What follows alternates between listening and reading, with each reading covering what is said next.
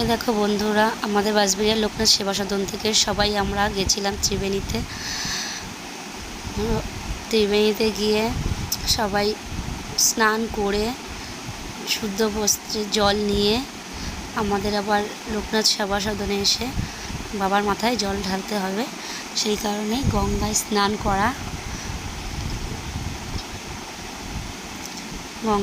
করার সময় খুব ভালো লাগছিল, উঠতে ইচ্ছে করছিল না, কিন্তু যাক উঠতে তো হবেই। যেহেতু ত্রিবেণী থেকে বাঁশবেড়িয়া আমাদের লোকনাথ সেবা সদন অনেকটাই দূরত্ব, তোটা হেঁটে আসতে হবে, সেই কারণে উঠতে হয়েছে। আর সবাই আগে স্নান করে উঠে গেছিলো, আমি সবার শেষে নেমেছিলাম।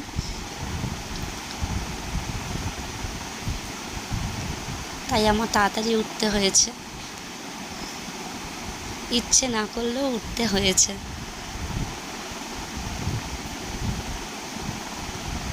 আস্তে আস্তে গঙ্গা থেকে উঠছিলাম ইচ্ছার বিরুদ্ধে।